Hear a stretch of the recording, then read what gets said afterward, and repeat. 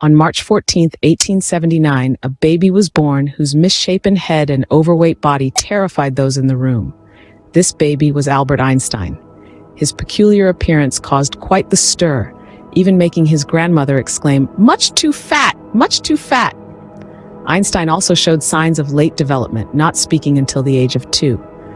His childhood was characterized by frequent tantrums, during which he would hurl objects when upset.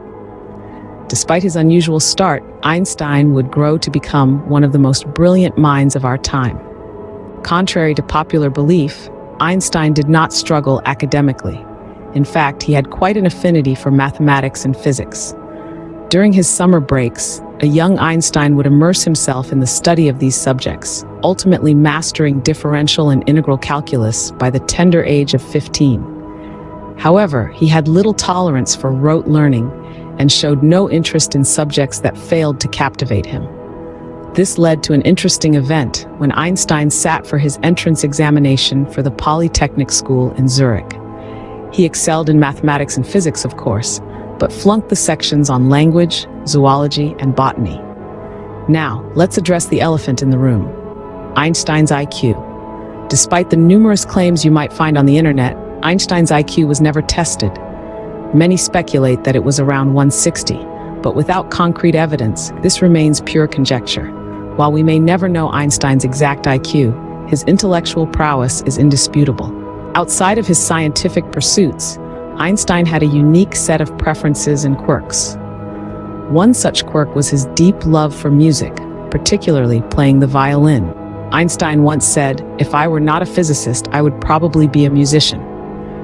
From the tender age of 5, Einstein was serenading the world with his violin. And when the world of physics became too chaotic, he would retreat into his world of music, finding solace in the strings of his violin. His love for music was so profound that it even led him to perform in several benefit concerts with renowned violinist Fritz Kreisler. However, Einstein's quirks were not confined to his love for music. His approach to fashion was as unconventional as his theories. Our beloved physicist had a strong aversion to socks. Yes, you heard it right, socks. He found them troublesome, especially the way his big toe would always end up making a hole in them. Consequently, he decided to abandon them altogether.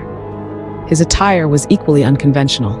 He often wore an undershirt, baggy trousers held up with a rope, and occasionally women's sandals. These quirks and preferences, far from detracting from his brilliance, make Einstein a fascinating character beyond his scientific contributions. After all, it's these quirks that remind us that the man who revolutionized our understanding of the universe also knew how to march to the beat of his own drum.